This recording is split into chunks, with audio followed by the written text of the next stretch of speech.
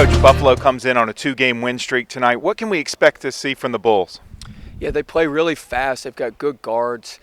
They really play a small lineup. They have a four-man Wigginton who is 6'5", kind of a driver. We'll remind folks of Trey Graham, maybe a little bit poor man's version of Trey Graham. I don't want to disrespect Trey at all, but so they'll play four guards and really going to test us guarding the ball and keeping it out of the paint. They're not a great three-point shooting team, but they get a lot of their threes off of easy penetrating pitches, and they're pretty simple threes to make. And so when they get those, it's they're pretty effective. So the best way for us to guard the three is to really guard the ball and not put ourselves in a lot of help situations. We got to shoot good shots.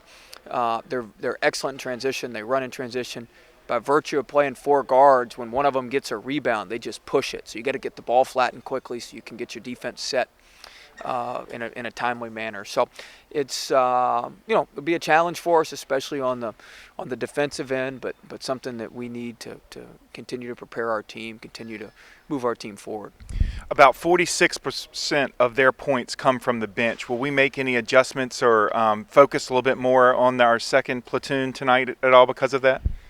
Well, we may have to play our first platoon a little bit more when their second guys are in. They got a freshman who comes off the bench, Massenberg, who's really scoring the ball. He scored 14 straight points in their game against Binghamton the other day. But they're a balanced scoring team, and especially with the guards, they got six guards really that can all play and all drive the ball and make plays. So that's something that we're going to need to be aware of, and when our guys who come in off the bench come in the game, they've got to be prepared and handle things the same way our starters do in terms of matchups and knowing what's going on and shutting down Buffalo.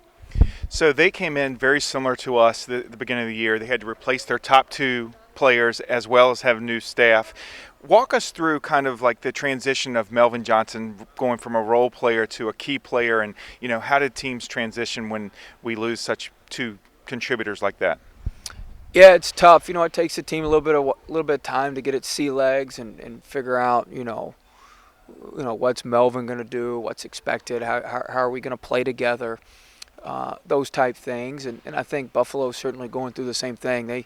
They like us, they scrambled in the spring and they found the kid Massenberg, a really, really good guard. We found Bilberry and Hamdi, who have been nice pieces for us in the spring. I'd hate to think where we'd be without those two, and I think their staff probably feels the same without their freshmen. So, you're a little bit behind the eight ball, and you just got to piece it together. You got to put it together with a little bit of duct tape and figure it out. But anytime you lose two guys, like they lost with their big guy and their guard, and like we lost with Bree and Trey, it certainly makes an impact on your program. But you got to have other guys pick up the slack, and you got to do some of the little things better. And I think we're certainly making steps in that direction, and Buffalo's been playing better as of late as well. They were down 1 with 13 minutes left at Iowa State a couple weeks ago, and they're playing better, and we're playing better, so it should be a good game.